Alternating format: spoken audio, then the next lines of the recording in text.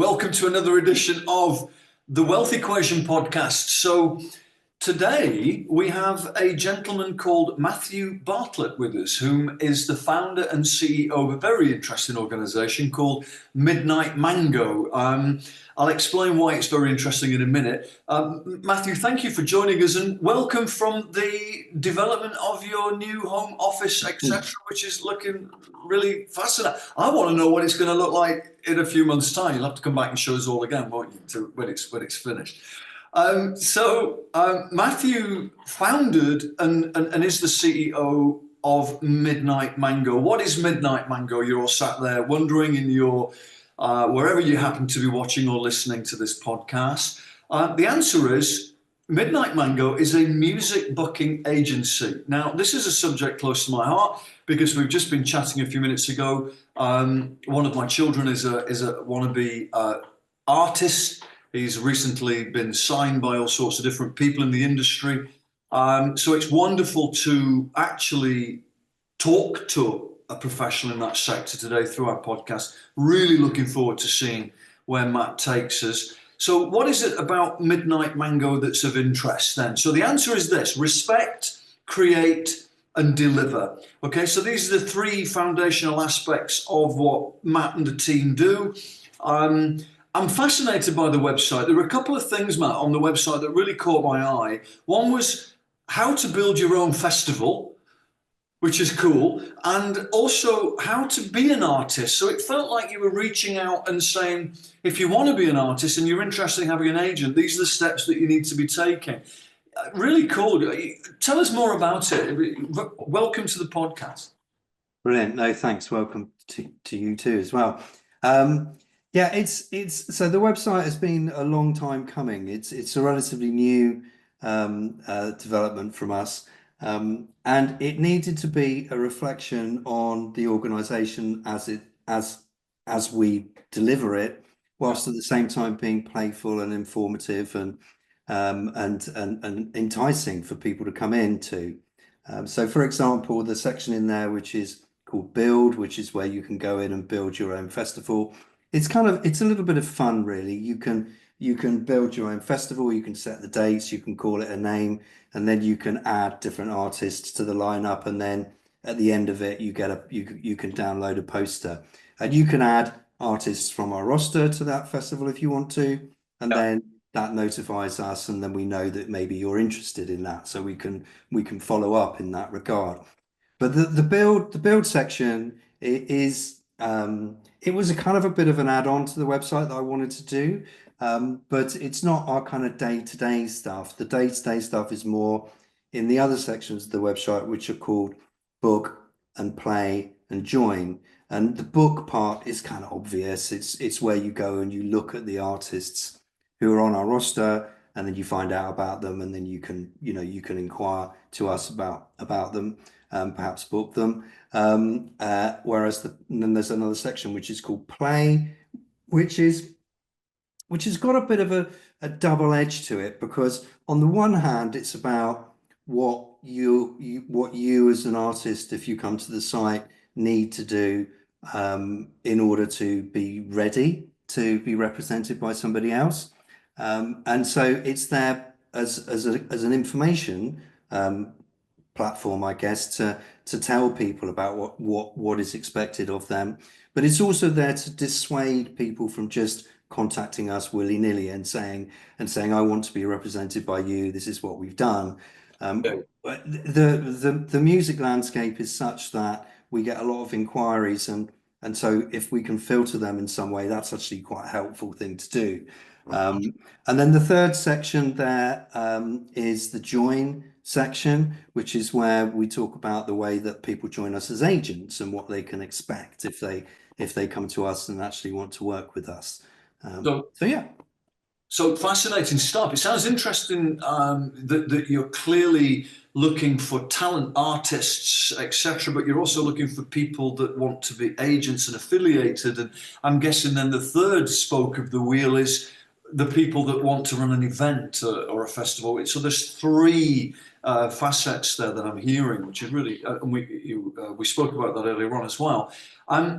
So I'm interested, out of what kind of conversion rate do you get? I mean, are you for every 10 artists that make contact, are you seeing something, or is it a bigger number than 10, or how does it work? Yeah, it's quite interesting that. So I think, I mean, I've looked into and studied the way that you talk about marketing in order to get people on board, in order to get leads and funnels and all of this sort of thing, and conversion rates. I'm not sure whether that's entirely applicable with what we do. So for a long time before the pandemic, we were an agency and we were just slowly growing, and we represented a bunch of artists, and they stuck with us and we grew them and worked on their careers. But it's quite hard to grow a business in that way, because you as an agent don't necessarily have all that much control over the artist's trajectory. They could split up. They could just say, "See you later." There are Or stop producing material or something? not Yeah. producing music at all, or maybe come off the road for a couple of years, this kind of thing. So actually trying to find the artist specifically is quite a tough way of trying to expand your business. I mean, obviously we do try and do that, and that's part of what the play section of the website is about. We're running a marketing campaign this summer, which is called Summer Play, which is exactly about attracting more higher profile artists. But it's not as an exact science as it is perhaps in other industries. So so instead of doing that, I mean, the story about the pandemic is a long one, and we can come to that later if you want. But during the pandemic, our approach completely changed, and instead of going out trying to get bands which were just not available because they were represented by somebody else, once a band has got a bit of head of steam behind them, an agent picks them up, and then it's kind of like, well, they're with that agent until they decide to leave, right? So, so instead, we changed the approach and decided that we would get more into training agents and building them up, and then curating new rosters for them. And so You, by doing that, it's allowed us to expand much more quickly. that's an interesting pivot there, isn't it? Yeah. Okay, good. So it's the conversation so far has actually been dominated almost entirely by marketing, hasn't it? Hmm. We find that this is often the case. Why? Because the reality is that it's marketing is arguably the most important facet of building a business, probably secondary to team and people. Hmm. Of course, you can have a great team, but if you haven't got great marketing to fuel the growth or the success of the business, then the team is kind of essentially secondary. So, you know, what have you? How do you take classical marketing thinking and apply it? Do you Hmm. do you build marketing plans? Do you work with external marketing resources, or do you keep it into etc.? Tell us more, man. It'd be interesting to know. So I guess the most important marketers are the bands themselves. Okay. So they're the ones that are, you know, on show, if you like. And some of them are much better at it than others. So we can encourage the bands to steer them in one direction or another and suggest for them to do things. But at the end of the day, it is the bands that sell the tickets. I mean, you could have the best marketer on board in the company or even with the artist, and if the artist wasn't well known, then they wouldn't sell the tickets so readily. So it's disjointed in that way. So when we focus on our marketing campaigns, then we need to look to the bands to help us to get those out there. Now, that's not to say that we don't look at other ways of doing it, more traditional ways as well. We obviously have our own newsletter, we have our own Meta account and all of this, and we use those too to try and bring up the profile of our Midnight Mango name, right? So we do that as well. But if you ask any promoter this, the promoter will say to you, the bands need to do the work to sell the tickets, and that's where there's been quite a big change in the industry over the last 20 years or so, I guess, is where Yeah. now much more is expected of the band than hitherto. For example, if they were on a festival lineup, you wouldn't 20 years ago, you wouldn't have expected the band to do anything at all, and the promoter would have done all the marketing for that, and the agent would have probably sat there, not had a website at all. I mean, actually, websites for agencies, if you check them out now, they tend to be quite dry. They're getting better, but 10 years ago, they might just have been a list of names and actually trying to stay away from being contacted. I So, think I think yeah. 20 years ago, your artists were, if they were breaking through or had broken through, they were so busy counting the pots of money from their CD and sales and their vinyl sales that vinyl wasn't around 20 years ago, was it? But the point I'm making now is your industry shifted dramatically, hasn't it? So the whole concept of being a musician and how you take your talent to market, how you commercialize that, monetize that, how you build a business, it's totally different. And I'm guessing that you guys have really had to reinvent yourselves alongside that to a degree, or not. No, yeah, definitely. I mean, as I mentioned to you earlier, the actual focus of our business marketing now is actually more on marketing to attract new agents to our cause, as it were. Yeah. So we see that as the way that we can expand and scale. So we've provided this platform where agents, they have the website, they have the branding, they have the address book, they have the networking leg up, as it were. And they also have now in the digital world, we have software that they can all use.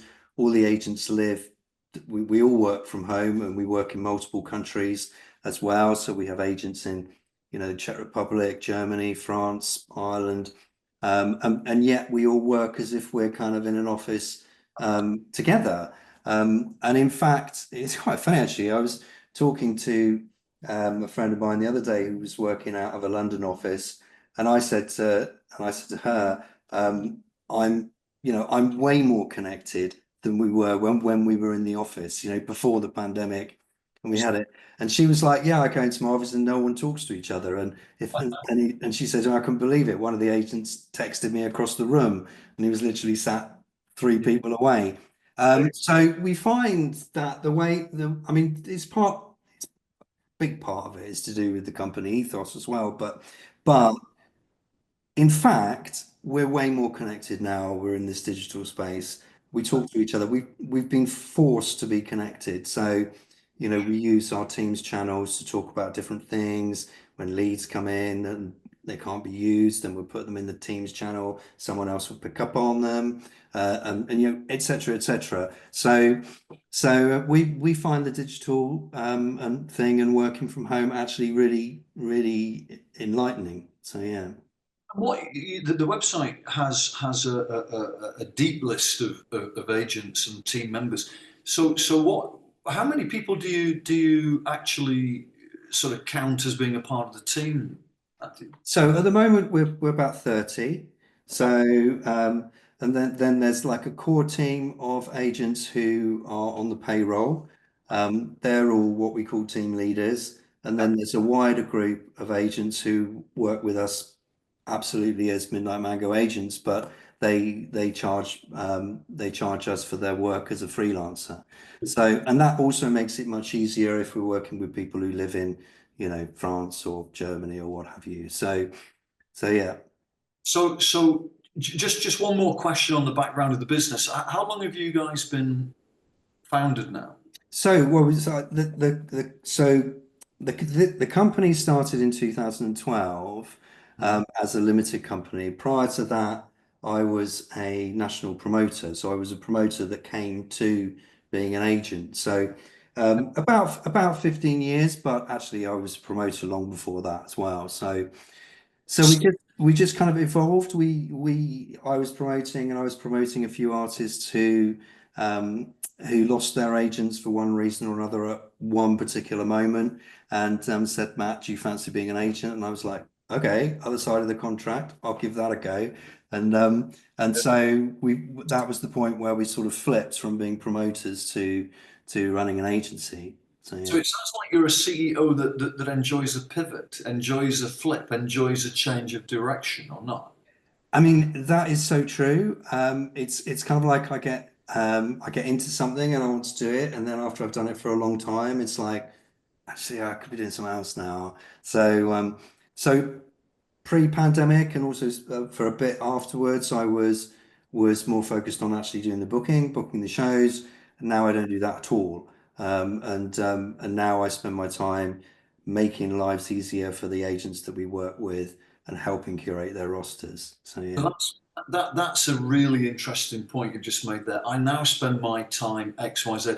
So what is your identity then today? Here we are, 2025. Would you believe we're almost halfway through the damn year already? So what do you identify with? What does the rest of 25 plus 3 to 5 years look like for you then as the CEO? Well, we've got ourselves in a position now where the company can scale. So we can just take on more agents, make sure we have the only thing we really need to increase is to make sure that the agents have team leaders and they come through, as agents join us, they become more experienced, they get promoted to being a team leader, and then we bring in more freelancers. That in that sense, the whole thing is scalable. We've got the right tech and the right backroom staff now for that not to be an issue where we can just grow. So I'm very keen on crossing borders, very keen on working with people from other places and music from different cultures as well. So as far as I'm concerned, I want to see, another 10 agents join us within the next 12 months and then just to keep on growing that. That seems to me to be a lot of fun doing that. So yeah. Fantastic stuff. I mean, and I'm listening to you there and I'm hearing, I had a question forming in my mind, which was to say something along the lines of the true definition of scale means global Mm, action. But you beat me to it because you said you're interested in crossing boundaries and borders, and there are already international agents involved, right? So that's a fantastic thing. The people that are listening to the show are running cafes, restaurants, garages, architectural practices, anything and everything in the small business community, Matt. We need to tune into people like you that have got a vision and that are pivoting, mm. challenging themselves. It's there's nothing that can't be done with a small business in 3 to 5 years, providing that we've got a leader like you that wants to pull us in that direction. I mean, it's a really interesting point, and I see where we're at now as really starting 3 years ago, not starting 15 years ago when we started the agency, because everything changed in the pandemic.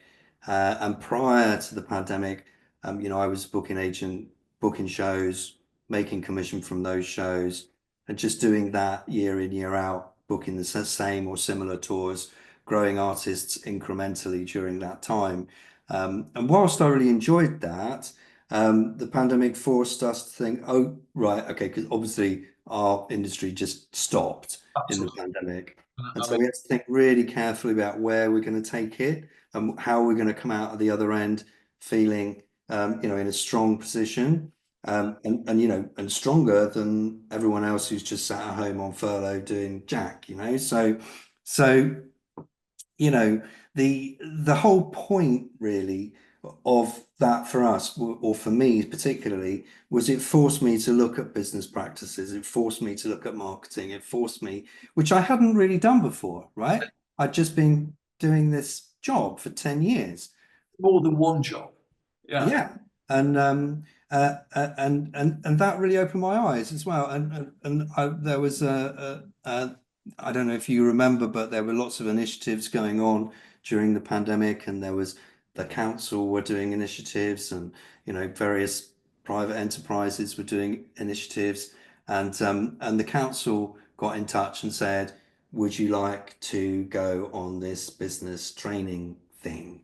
And which was online, of course, And so I did that, and that was, I mean, it was good, but it just actually made me understand what was possible. Yeah. We got it right. And then from the actual sort of like what we were doing, what are we going to do during this pandemic, apart from reschedule shows and then reschedule shows, which was highly demoralizing. And also you had these furlough employees who couldn't do it because they weren't allowed to do it. You think, well, what actually are we going to do? So at that point, we got more involved in training. And we decided that we would train people to be better agents outside the other side of the pandemic. And at some point during the pandemic, the government introduced something called the Culture Recovery Fund, which you had to apply for and put in a bid for, and you had to justify a minimum amount of spend. And in order to justify that minimum amount of spend, we created grants, right? So we could use these grants to get people in, to train them, and then hopefully at the end of the pandemic, they'd be ready to roll, which we did. And that's kind of the story there. So interesting sort of patterns of learning there for people to just embellish, I think, for a second, where we've got things like, you know, understanding that we won't be successful in reaching level three. We talk about levels one, two, and three in business, Matt. Level three for us meaning that this business functions autonomously without the guy or the woman that started the business day by day. It's able to be a business that they can run, Mm, completely and comprehensively. You don't get to that level if you own 5 jobs in your business. So it's mm, again, this is a CEO that's figured out that he needs to extract himself from the business, to pivot. We don't talk at all about the pandemic on this podcast in terms of the period, but what inevitably does come into this show is that people reflect their how it changed their perspective. mm, What I was hearing there was you're clearly a business leader that is open. mm, Closed business leader, you're probably not sat here today. So again, for people listening, you've got to be open. You have to take the training programs. You have to get the coaching. You have to get the mentor. You have to get the non-exec. You have to get the external input. Otherwise, all you do is see your paradigm, not the broader picture, right? So this is. Do you work with anybody right now in those contexts? So you. Yeah, I still actually have a mentor from that time in the pandemic who I still meet with about every 6 weeks online, and we still talk about it. And that's been incredibly helpful because apart from anything else, just the process of talking through things with somebody else who's not in your business is really really useful. And he's an older gentleman, he's been in business, done all that, and he's doing his kind of give back thing, and that's one of the things that he does, and I'm incredibly grateful for that. When Um, you say older gentleman, do you mean he's like my age or? Yeah, well, I'm not so young myself, right? But retired, so shall we say? So, but yeah, no, absolutely. And I think it's really important to learn from others. And that's what you do when you go to school and you go to university. You learn from other people who know more, right? So you shouldn't live in a silo as a business owner or leader either. And then Um, you get to 21 and you decide you don't want to learn anymore. And that's exactly what technicians do, that then go on mm, to businesses and end up wondering why they get to be 55 and think, okay, why is my business still doing what it, was doing 20 years ago or worse? So, mm, Matt, we need to talk about the wealth equation, which is the real essence of the podcast is to listen to people like your good self share with us how they feel about creating the balance across the wealth equation. The wealth equation is money, time, and health. If we don't have mm. balance in those three, then we're not wealthy. Mm. We can be wealthy in money, but time poor and health poor, and so on and so forth. So what's your take on that? How do you strive for balance across those three factors? Personally, it's a good question. I'm not the best at it, if I'm honest. And part of the reason for that is because I actually really enjoy what I do, right? I actually love it. Like I'm not even sure what else I would be doing if I wouldn't be doing this. So I'm built. you know, I do find that quite hard, but at the same time, that's not the ethos that we put out of the company at all. You know, so everything that we do in the company is all about time and about managing time and about focusing on the things that are easier to do rather than getting stuck in things that are difficult. In terms of the year, like I'm super aware that I should be better at it, right? Super aware of that.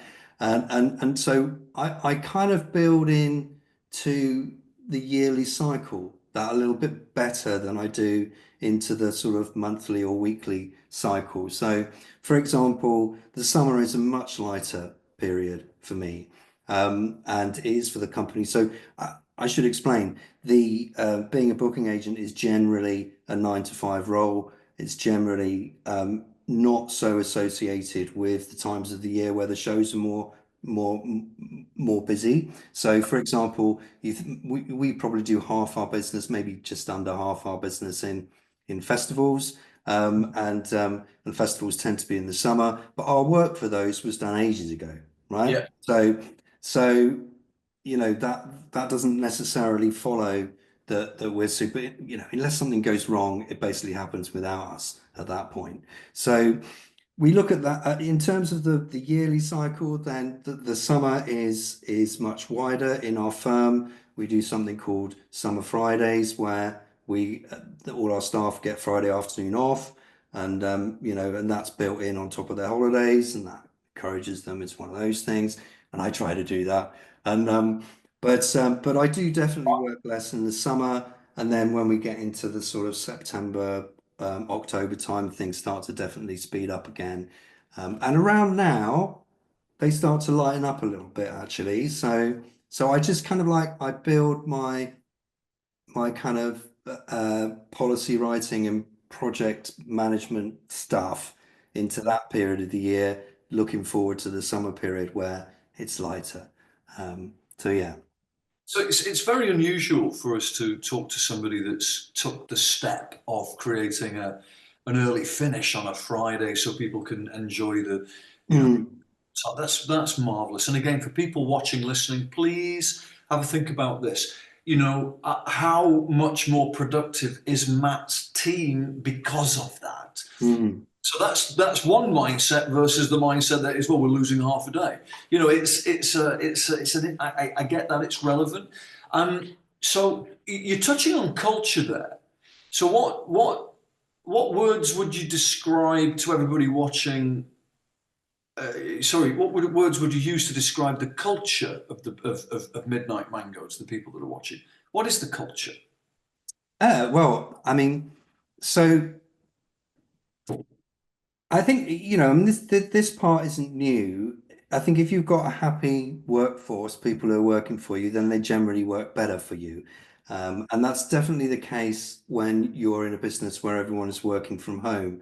So there's like an immediate there's immediate tendency to think, oh, I don't know where someone is. Are they doing their work or are they not doing their work? And people need to just not do that. They actually need to create an environment which is friendly and energetic, and everybody's pushing in the same direction. And this will make people work better and produce more results. Like there is no doubt that that is true. Are you Um, are you a subscriber? Sorry to jump in there for a second. There's a question for you. Are you a subscriber then to the view that when you hire people with the correct attitude that are aligned with the culture of the business and pointing in the center, you then don't need the accountability draconian kind of management structure that we used to require, or That's pretty much it. I mean, so the agents the agents that are on the payroll, they get a salary, of course, but and they also get a bonus depending on how much they book, right? The agents who are freelancers, obviously, it's entirely dependent on what they book, how much they earn. The backroom staff, you know, the payroll and admin and CFO and all of those things, they have bonuses built into their contract, their employment contracts, which are related to variously our turnover or their successes, you know. So um, I'm a firm believer that there should be an aspect of performance related pay in everyone's position. Oh, And and so we kind of rely on that. And then all of the policies and all of the kind of services that we provide to the people who work with, we're always thinking about how does this make their life easier? How does it make them find it a more satisfying job? How can we get them to book more shows with less effort? And that's the role. So so yeah. there's a big difference between the owner, managing director of a small business that is saying those things. Mm, Huge difference between talking about it and actually doing. So mm. how do you translate that? How do you make that happen? How do you? I'm interested in do you lean on other members of your senior leadership team, or do you take responsibility for yourself as the CEO? How do you take the desire for a certain way of working to actually implementing it? So um so I can imagine that would be very difficult if you were starting from zero, you know, and you're starting a company and you're waiting for income to come in for whatever you're producing. That would be quite difficult. With us, it was a little bit easier because we'd already had these kind of 10 years of just working. And then we knew when we came out of the pandemic that it would just start working again. So we had that knowledge in that in terms of an income coming in, um, it would be easier to it would there would be an income coming in. So we had that. Um, what then happened was that because we our business is about drawing contracts out. That's what it is. So all of the contracts are in the future, and we can look at these contracts in the future, and we can see how much money is coming in down the line. So that's a really helpful thing, um, Okay. because we can then make decisions based on what we know is coming down the line, and we know it quite accurately, you know.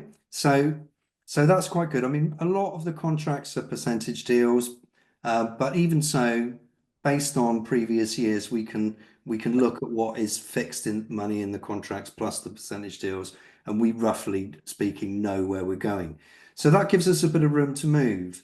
Um, and because we've now over these years got a bit of money in the bank, we can take advantage of that and employ more people in advance of that situation, kind of without borrowing money. So, you know, that has been super helpful. So yeah. Thank you for we segued there back to finance. So Mm. money, time, health. So wealth of money. So let's talk about that for a few minutes now. Um, Money's an outcome, isn't it? I don't think you can plant anything and grow money. Yeah. No, I mean I always say it's the result of what we do, you know? So you've done business over time. You've built reserves. You're now able to use money to make money. Yeah. Mm. A lot of people watching and listening to this will not be in that position. Yeah, of course. So what advice would you give them? Would you give to a business person that is, I don't know, 5, 10 years in, but is still, let's say thinking 30 days in advance, i.e., do we have enough money to meet payroll, to pay the rent, to pay the tax bill, send the VAT money back, etc. And then it starts again. You've been there, presumably, Matt. How do you? Yeah. Yeah, I think if I was starting again from scratch now, and to be honest, I'm not quite sure how that would go starting from scratch. But I one of the things that we did in COVID was take the bounce back loan, right? And and it's like, yeah, right, of course we're going to take the bounce back loan. And, uh, Yeah. and that was actually quite liberating. And so I think, although I don't speak from great experience of this, I think I would look to finance actually and think about how to get some money in order to get started and get moving. and to pay for an extra member of staff to do this or to do that, which would make life easier for everybody. Um, I realize that's slightly glib because that's not exactly what I did, but from that point in the pandemic, it was like, why did we do that? And then all through obviously it's different now, but all through the teenies, it was not expensive to borrow money. So it's like, why didn't we do that? So No, you've put your finger on it beautifully, haven't you? So mm. leverage other people's money is critical to the expansion of a business. I've just realised you're drinking out of a jam jar, which is that's not moonshine. No, you can't answer No, that. it's not moonshine, no. So organic. I mean, I act as non-exec chairman, mentor, coach for many different businesses, and one of the businesses that that I was in a board meeting this morning discussing this very subject. Are we going to organically fund the 12 months ahead, or are we going to lean on other people's capital? And this is the kind of discussion that probably Fred or Ethel that are running their small business are nervous about. They're afraid. Mm, mm. So they take what they perceive to be the safest route, which is the slowest one, not always the right one. So are you at the point where you own a business now that is delivering you the personal wealth that you require? That's an interesting question for you. I mean, the short answer to that is yes. I mean, The of course, reason I you're in wanted to deliver more, right? Um, but no, I'm happy. I'm happy with my life. I'm happy with where it's going from a financial point of view. I'm definitely not at the place I want to be, but at the same time, I'm also fine. I think that's crucial. I mean, I've got my daughter's going to university. That's a bit of a pain financially, but anyway, we'll get through that, and I can afford that. That's fine. So, yeah, I would say that I'm I'm very ambitious, and I definitely want to earn a lot more money. But at the end of the day, my life's fine. So yeah, So your answer sits within the 3%. So right. 97% of people in small business is about, you know, we're talking, according to my mathematics, there's something like 5 million small businesses in the United Kingdom. Wow. There are 33 million in America. Hmm. Although some, depending on your political persuasion, might wonder whether that number may be coming down, but we'll see. I doubt it very much. So if you consider that 97% of the small businesses in the United Kingdom cannot answer the question in the way that you did, they, Right. Okay. they might want it, but they don't have it yet. The Hmm. 3% are in the space where they have accumulated wealth, financial wealth, Hmm. but they critically, as you've just said, want more. They're ambitious people. They're pushing to take the business. Hmm. It's not because they're greedy or avaricious. It's because they realize that money and wealth, financial wealth, is the outcome of building a scaled business. Hmm. Get that right, the money follows. That's the way it works, right? So we've talked about wealth of time. We've talked about wealth of money. Can we talk a little bit about wealth of health? Yeah. Yeah.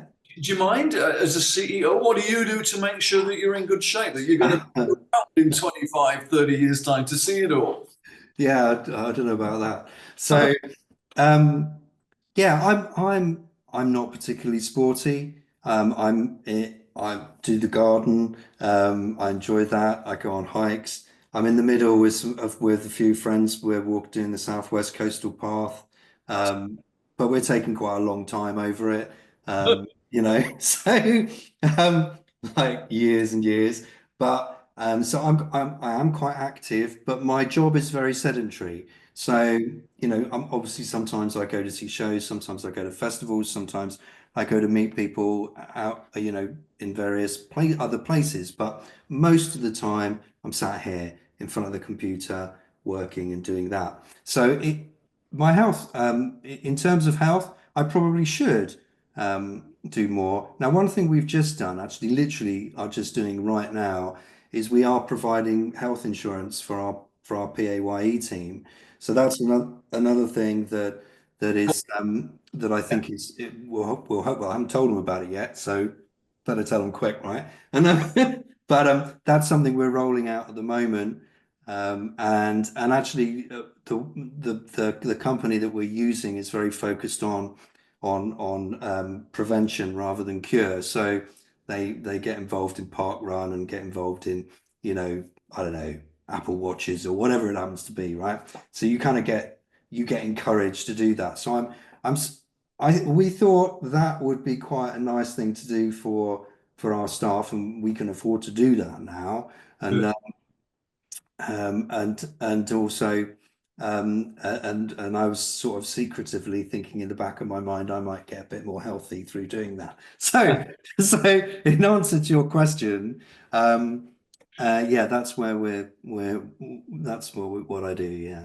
So in summary, we've got the CEO of a business that's 15 years old, give or take. It's come from his what's the word, lifetime journey in an industry that's evolved into a limited company, that's reached the point where it's breaking boundaries. Internationally, it's supporting 30 plus people. It must be supporting an inordinate number of artists and in events. Yeah, 270. 270 artists. Yeah, and about 800 musicians. So yeah. Wow. Okay. Yeah, that makes sense. 3, 4 per band, per act. So I'm looking at. I mean, in summary, this is a story that's rare. It's unusual, and that's why we wanted to get you on the podcast, Matt. I'm hoping that people will listen to you and be inspired to think, well, hang on a minute. If with respect to Matt, if he can do that, I can do that. Then we end up in this wealth equation conversation, and we've got a gentleman that's reaping the benefits financially. The business is financially in a strong place. Time is clearly on the business planning radar and his personal radar, which is good.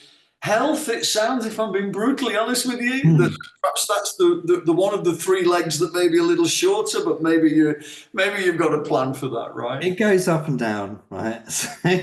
Sometimes I'm more enthusiastic about something than others. And I think I'm just in that moment at the moment where I'm like, oh, I really should be doing something a bit more, right? The But sun's coming out, right? So look, in all seriousness, and this is a key message to you and everybody that's a part of the podcast, there's no point having wealth of money, wealth of time, and wealth of health being missing. I will let you into a little secret. One of my colleagues is responsible for the third aspect of the wealth equation. Initially, it was money and time.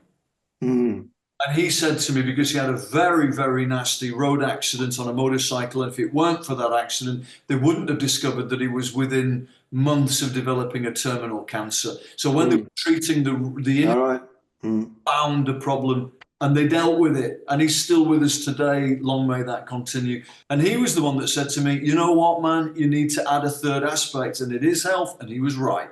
So